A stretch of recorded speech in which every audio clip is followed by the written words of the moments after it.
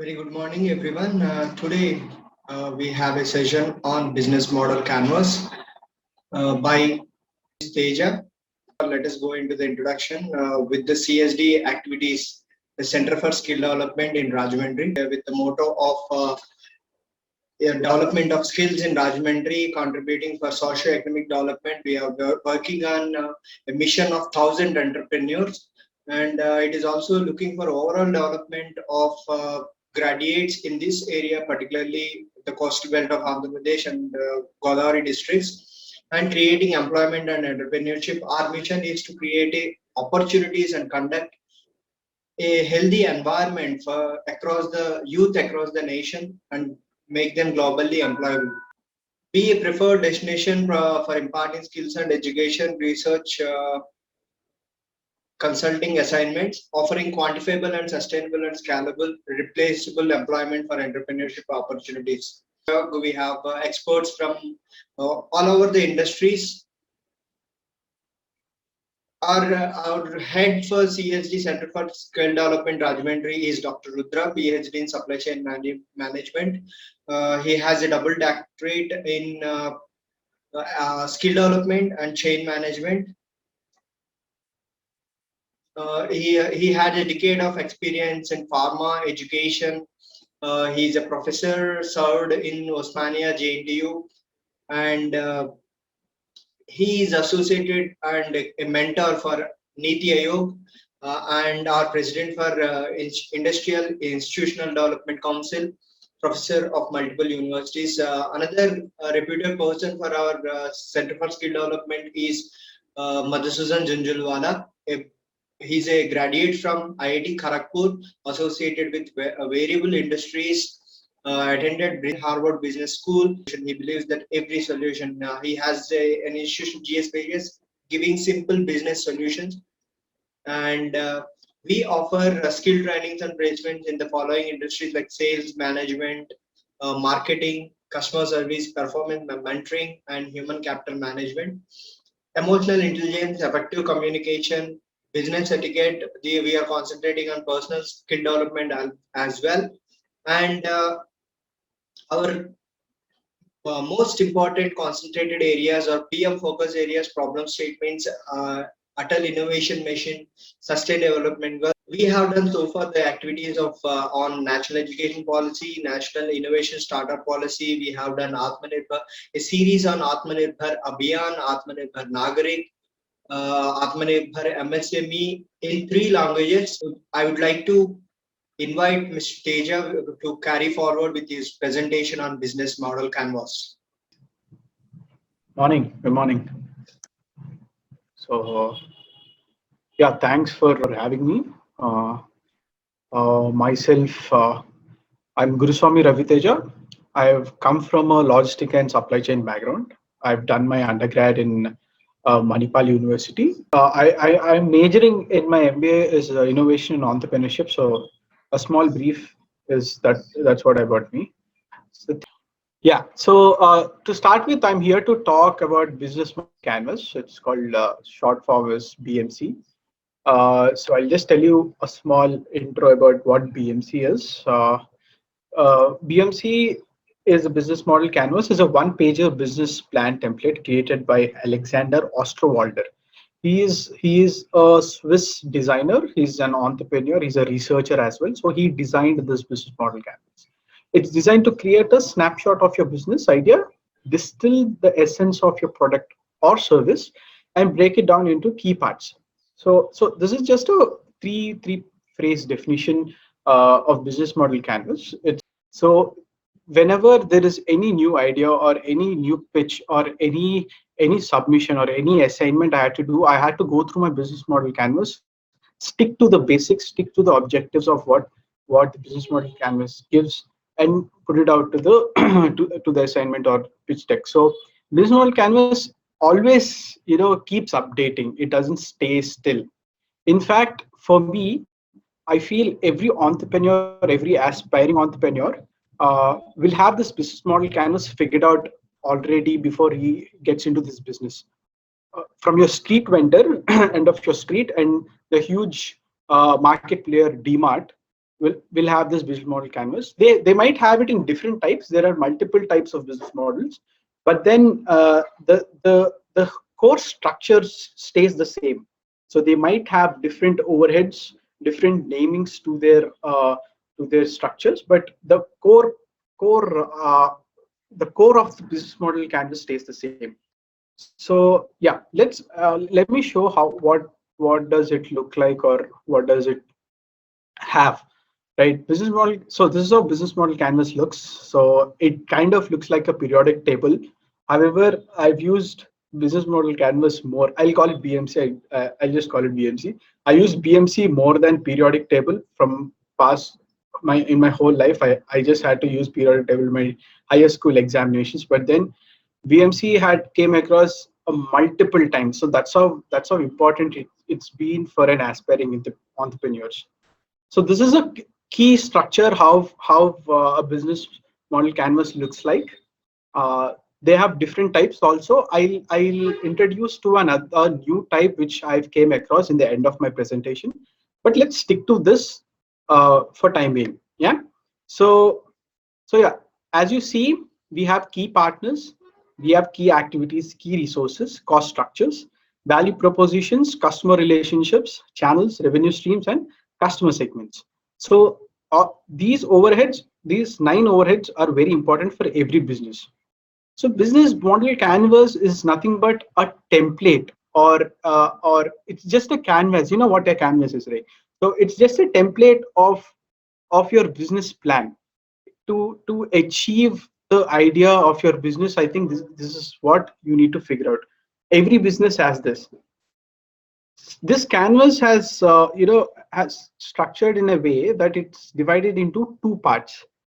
Before the value propositions, which are key partners, key activities, and key resources, and cost structures, are the internal part of the business. You know how internal part of the business works. For you to figure out what your business to be about, that is part one. So the part two of after value propositions are customer relationship, customer segments, challenges, and revenue streams. So these 4 aspects are something which you have to figure out as a business. How would you like to portray yourself to the market? So that's how it is divided into 2 parts, right? So so let me start with yeah, let's get into deeper, like what each overhead means. So every overhead is pretty simple. It speaks to itself. It's just 2 keywords and it has its own meaning. So let's talk about key partners. So if you look at key partners, what key partners completely about is the business to figure out what are your key partners are. Okay, who are your suppliers, or who are your key resources, or from where are you going to acquire your resources from, right? Which key activities do your partners perform? That's what your key partners are for. Let's take an example here. All right. So for me personally, I really got inspired from the idea of DMart, because DMart, being a pretty new chain of supplier, or chain of supermarket, it had dominated huge players like Big Bazaar. It has dominated huge players like Walmart, More, all the wholesale FMCG companies, right? So, so it could actually differ. The business model canvas differs from each and every sector. As I said earlier, the structures remains the same, but the way we look at it differs. For example, now we are choosing FMCG, but then if we choose about EMOs, or if you choose any manufacturing units, or if you choose any traditional sector business, it again changes how we look at BMC. Yeah. So for now, to make it simpler, as we all know how DMart works, we'll look at DMart. So if you ask me, so let's figure out like who are DMart's key partners here.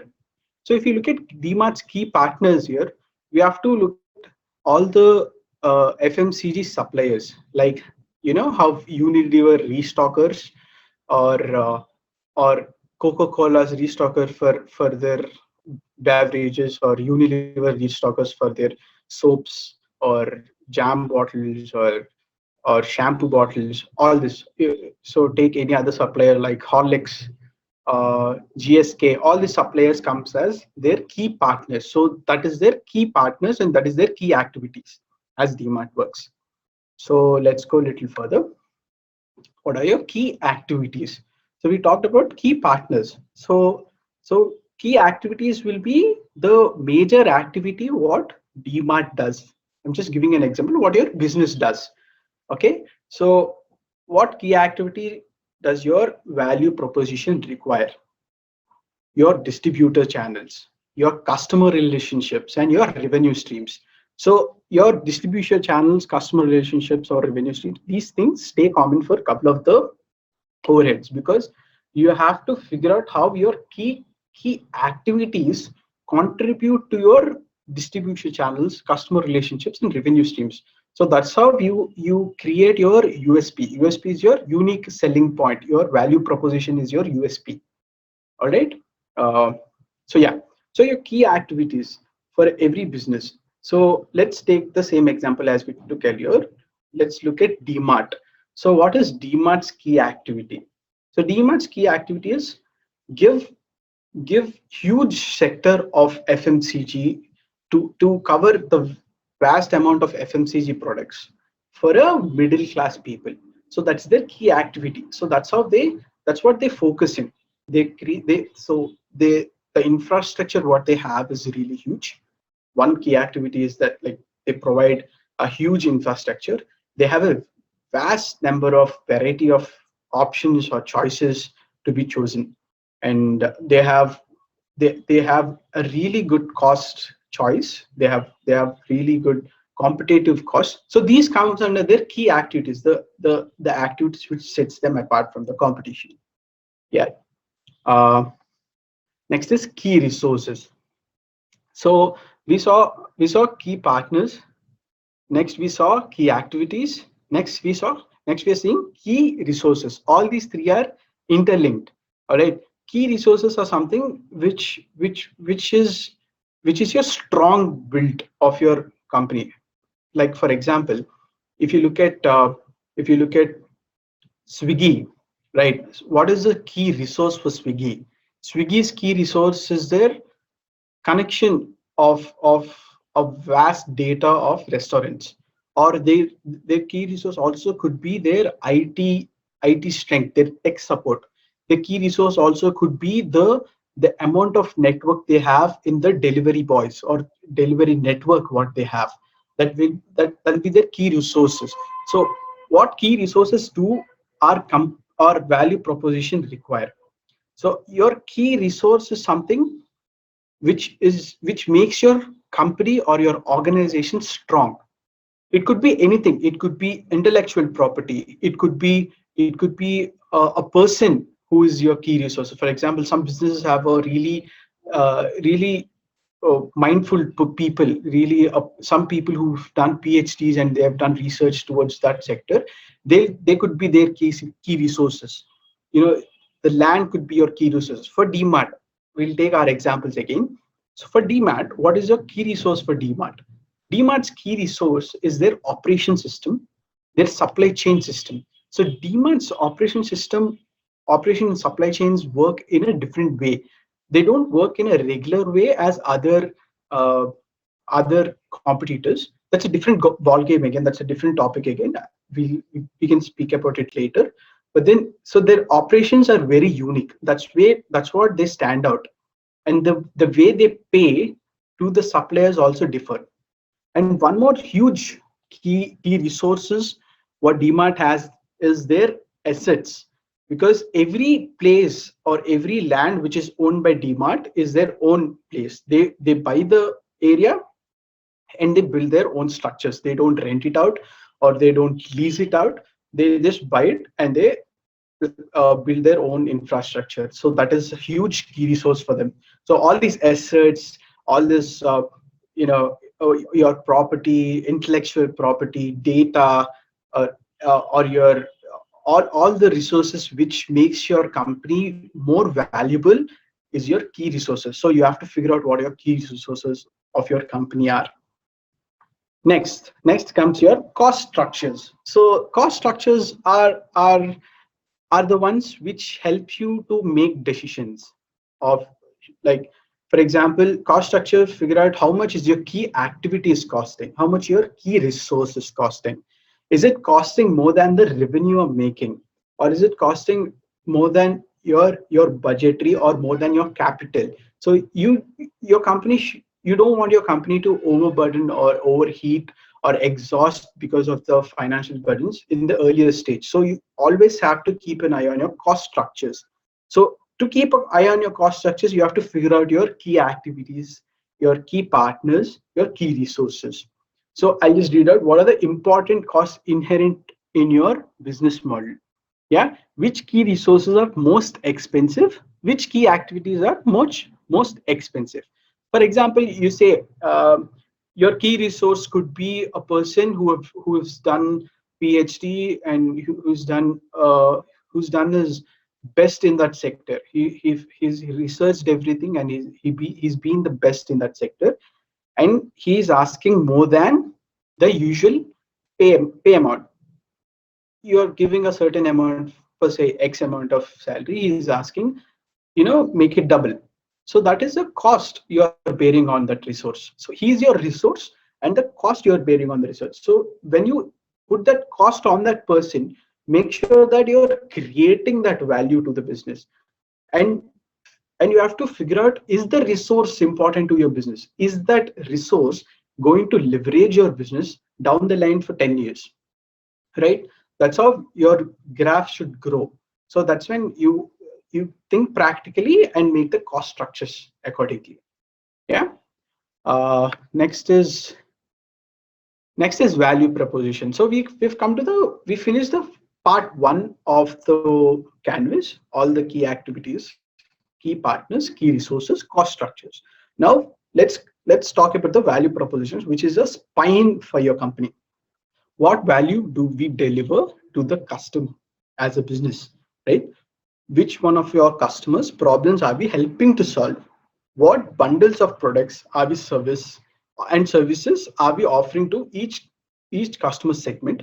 Which customer needs are we satisfying? So value proposition is something which you're branded of. you know for example, I'll tell you, if I think of food, if I think of uh, delivery of food, Zomato and Swiggy is the first companies which come into my mind. So that's the value they've created as a food delivery business people. If you think of headache, Zendubom is the first thing which comes into mind, because it could be a simple thing, but the value they created towards it is it's very different. So value proposition is something you figure out which gap are you filling. Okay, which niche segment are you filling? Who are you catering to? Who are your customers? What does your business focus on? As a personal suggestion, I feel value proposition always should be around one or two. You don't want to mess around with value proposition having, I'll do this, my company does this, and we can do this. So that will cluster all your value propositions, that cluster your business. So you have to figure out what does your business stand for. If your business is competitive with, if it's just traditional business and it's competitive with prices, your value proposition is, we'll give you on point price. If your business is completely a tech company, it creates a technical softwares and developments, you tell your innovation is your value proposition here. So for DMart, what is DMart's value proposition here? Just to make it simpler, let's look at DMart's value proposition. Although FMCG mart, it's a very simple value. It's like a kirana store at your end of the street. So what does your kirana store do? It sells all the goods which you require for your daily uses. Yeah. Similarly, even DMart does the same thing. But why do you choose DMart over your street vendor? Because the competitive price, the vast choice of items what DMart gives, right? That's why we choose uh, DMart. Yeah. So as we are talking, the value proposition. So DMart, how much DMart's value proposition stand out from other competitors, right? The price segment what they give is no one can meet that wholesale price for till date, and the chain of structure what they have is completely different from other companies. So that's what they stand out for, and that's the main value they are creating in the customer segment. Yeah. Next is customer relationships. So you have to figure out how does your customer relationships stand, like what do you want to do to maintain your customer relationships. So like what type of relationship does each of your customer segment accept us to establish and maintain with them? Which ones have we established? How are they integrated with the rest of our business models? How costly are they? So all these brackets should be kept in mind when you think of how to maintain your customer relationships. The greatest customer, the service or the greatest company which had maintained amazing customer relationships is Amazon. Amazon had created a huge value with their customer relationships, right? That's the huge plus point for Amazon, because it had made people to accept online shopping. It had made people to accept the delivery and return. It had created a trust among the customers. Even though you don't see a person, even though you don't know whom to reach, you have the trust that this company is not going to go anywhere, and you can you know put in your money there. So that's what effect you can create with when you can maintain a really good customer relationships. So what does how do you figure out, like what do you want to put in customer relationships? So here is the ways you want to maintain the customer relationship. How do you take customer relationships seriously? All the channels you think your customer relationship should be maintained, all the special privileges you give to your customers, like loyalty, like return back, like discount, all the segments come under your customer relationships. Yeah. Next one is your channels. Channels is something, it again differs for multiple companies, so every sector works in a different way. Uh, so I just want to go back to the customer relationships, because the customer relationships doesn't differ to every sector, because every every sector has a customer. It could be a B2B model, B2C model, any model. You have a customer relationship where you have to maintain. So that's how really important customer relationships are in every sector, any sector of business. Yeah. So what I tell you is, what I suggest is, put more time in figuring out how do you want to satisfy your customers, not just with product. When you're giving your product is when you're giving your service or product, it's that you're filling their need. Okay, when you go out of the box, beyond your comfort zone, and you satisfy the customer along with satisfying the need, is when customer relationship stands out. Yeah. So channels are, through which channels do our customer segments want to be reached? How are we reaching them now? How are our channels integrated? Which one works best? Which one are the most efficient? How are we integrating them with customer routines? So channels are nothing but how you want to channelize your how do you want to reach your customers.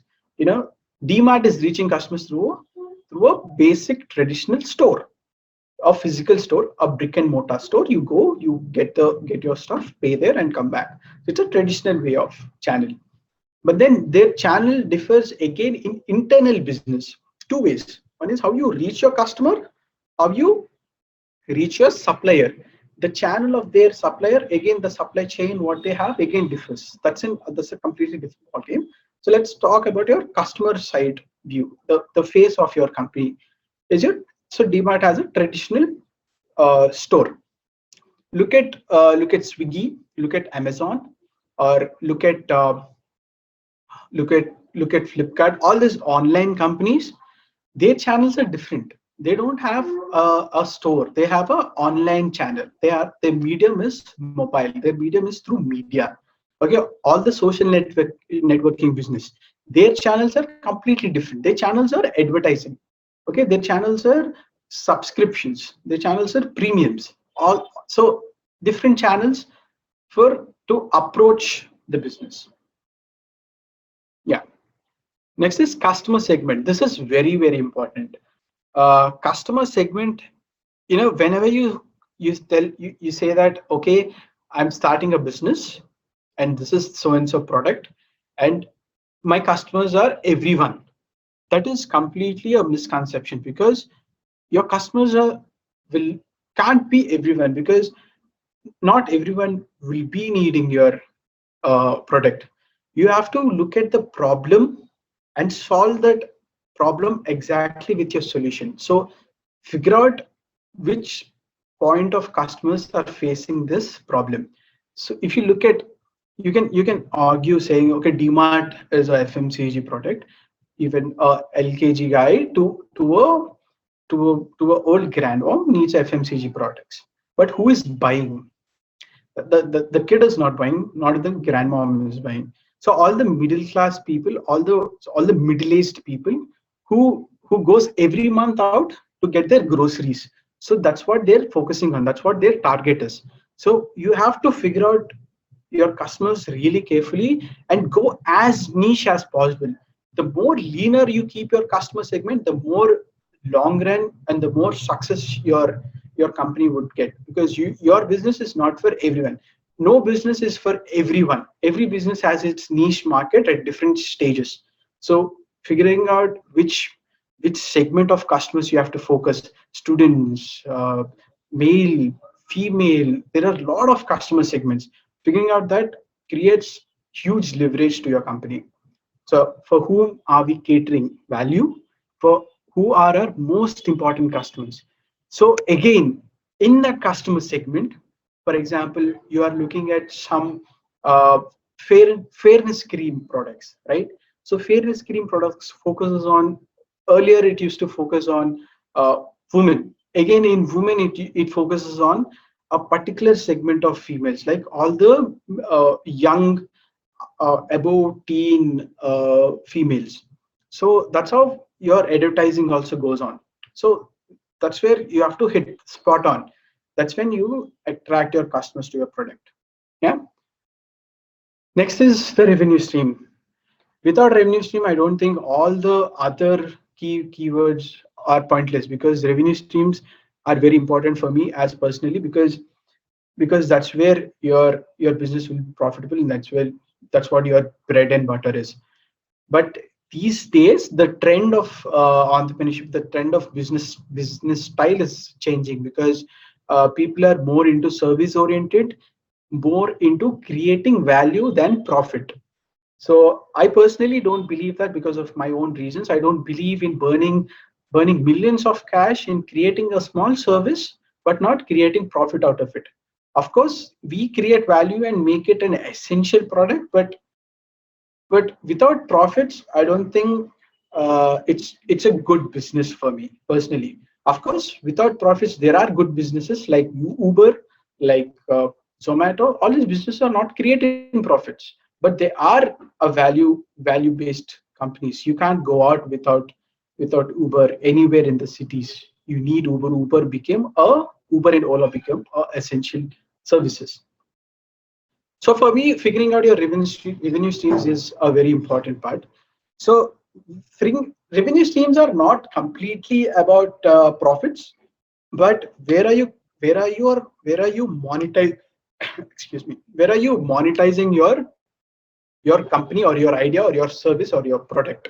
So monetization is really important to run your business. So figure out your revenue streams. If you're a online company, what are your percentages? If you are an offline company, how much you are selling? So all the revenue stream. Let's take DMart. Very simple example. I think I'll give another example other than DMart. Since we are sticking to DMart since start, I'll just finish up DMart right now. So DMart's revenue stream is very simple, very basic. They don't charge for anything else. They charge for the goods what you take. It's a buy and use the product. But then let's look at some online cloud services. Okay, Netflix revenue stream is again different. It's a subscription model. You have a different subscriptions. You have to subscribe to use their content. Have you ever thought of how is Facebook, WhatsApp, Instagram is earning money? They have revenue streams which are very complicated and which are little out of the sight for non-tech people. But for business people, it's easy to figure out.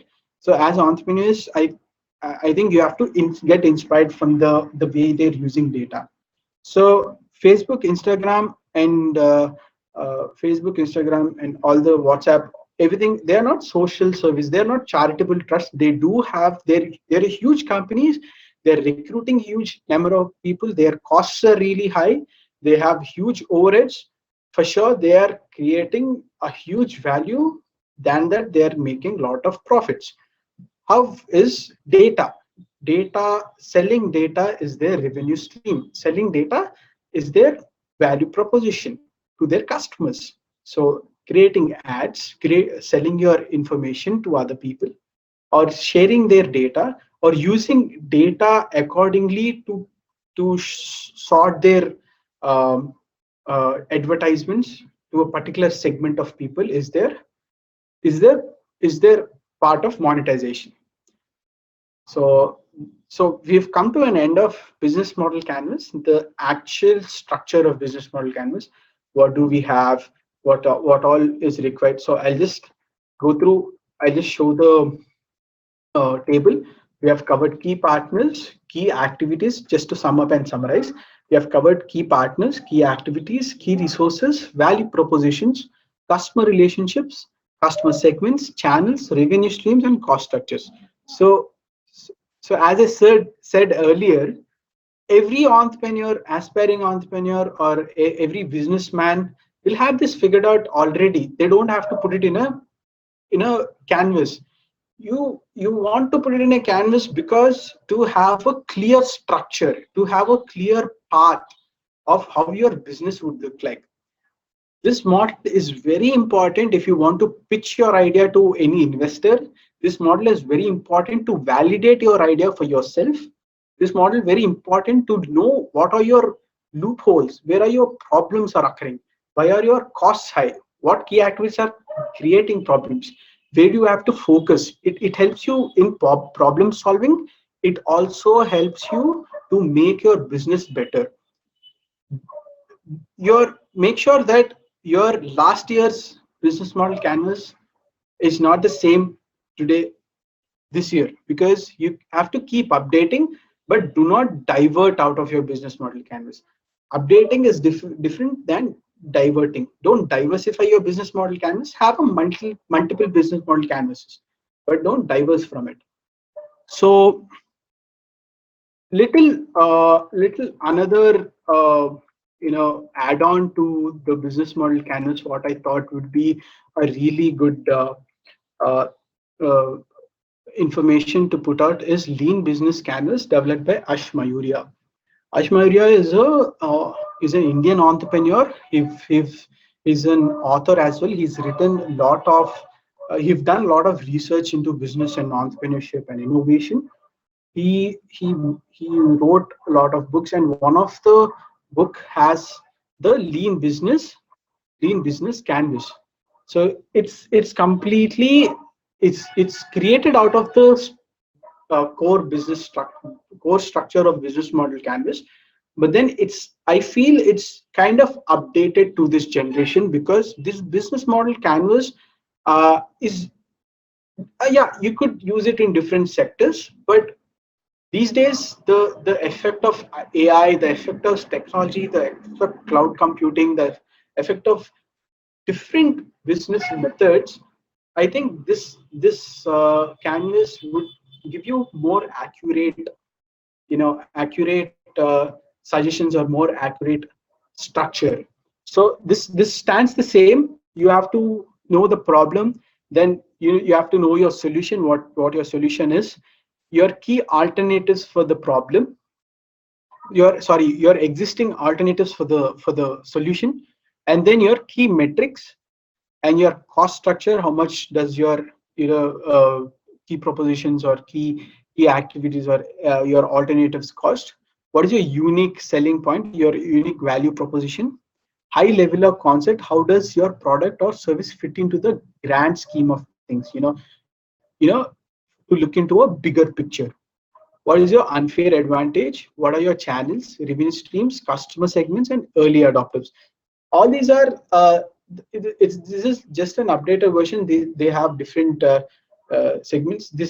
So so for now, that's it from my side. Thank you for patiently listening to me. I really appreciate your feedback, and if possible, new ideas or new perspectives to look at the businesses, like the examples what we spoke about: DMart, Netflix, Swiggy, Amazon. All this, the world keeps better and shining. Thanks a lot. Yeah, that's a wonderful session, Teja. Thank you so much for sharing information with our participants. And Yeah. I wish you all the very best for our speaker today, Teja, and every participant in this session. Thank you so much. And to share our contact, this is our contact csdrgo@gmail.com. You have our website. You can visit our website. And that's all for today. Thank you so much for the participation.